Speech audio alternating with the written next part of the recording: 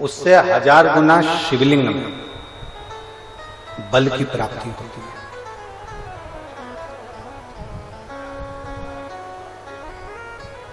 प्रदोष के दिन यदि आपको कहीं से शमी पत्र मिल जाए,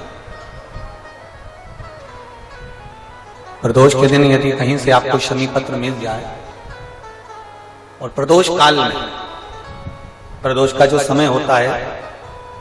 शाम का जो समय होता है प्रदोष काल, 4 प्रदोष 5 प्रदोष आप कर देखिएगा कि आपका कोई काम है, कोई नौकरी के लिए आप अप्लाई कर रहे हैं, कोई समस्या बड़ी विकट आ गई है, कोई तकलीफ, बड़ा गला पकड़ रहा है बेटा, कोई तकलीफ विकट आ गई है, कोई समस्या विकट आ गई है,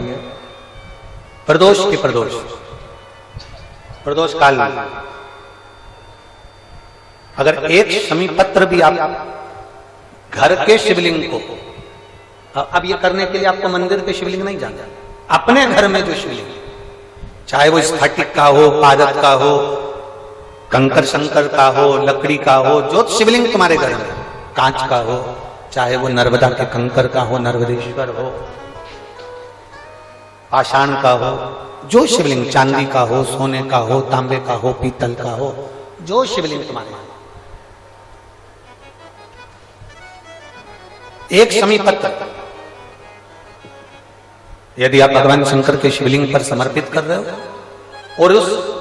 शमी पत्र को उठाकर रात्रि को 9:15 की जो एक मुहूर्त होता है, एक समय होता है, जिस समय पर हम अपने मन की बात भगवान शंकर को कहते हैं, पूर्व में भी इसका वर्णन हम कर चुके हैं कथाओं में, उस 9:15 पर वो शमी पत्र को उठाकर एक कागज में, एक कटोरी में उसको रखते थे। 4 या 5 प्रदोष के उस शमी पत्र को अपने पास में रखिए और जिस कार्य के लिए जा रहे हो उसको जेब में ऊपर के भाग में उसको रखकर लेकर जाइए, आपका वो कार्य सफल होकर ही रहेगा, वो रुक नहीं सकता। प्रयास करना, जब जिस महीने में जो प्रदोष पड़ा करे, जब प्रदोष पड़े, बन सके 1 बेलपत्र, बन सके 5 बेलपत्र, शमी पत्र, हरा मूंग, बेलपत्र, एक कलश के अंदर थोड़ा सा पानी लेकर 1 बेलपत्र, हरा मूंग, शमी पत्र डालकर और उसमें थोड़ा सा गुड़ डालकर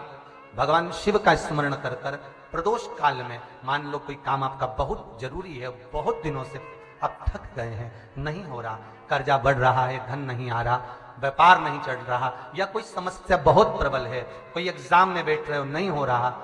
परीक्षा भी दे दी है, रिजल्ट आने ही वाला है, तो भी प्रदोष काल में, प्रदोष के समय वो जल, मूंग, शमी पत्र और बेलपत्र और गुड़ का शंकर के शिवलिंग को समर्पित करना प्रारंभ कर दो। 2 या 3 प्रदोष करोगे, बाबा आपकी मनोकामना शीघ्र पूर्ण कर देगा। 1 बेलपत्र, 1 शमी पत्र तुम्हारी उलझन को समाप्त कर देगा। मेरी जीजियों, प्रदोष का इंतजार भी मत करा करो कि प्रदोष का दिन आएगा या प्रदोष का दिन आएगा तो हम गला पकड़ रहे हैं बाबा, प्रदोष का दिन आएगा तो हम भगवान शंकर को प्रदोष के समय में, शाम के समय पर हम बेलपत्र, शमी पत्र, चावल समर्पित करेंगे। आप तो प्रयास करा करो, कभी अगर मौका मिल जाए तो प्रदोष काल में, प्रदोष के समय पर एकांतेश्वर शिवलिंग मिल जाए, कहीं एकांत में कोई शंकर भगवान का शिवलिंग मिल जाए,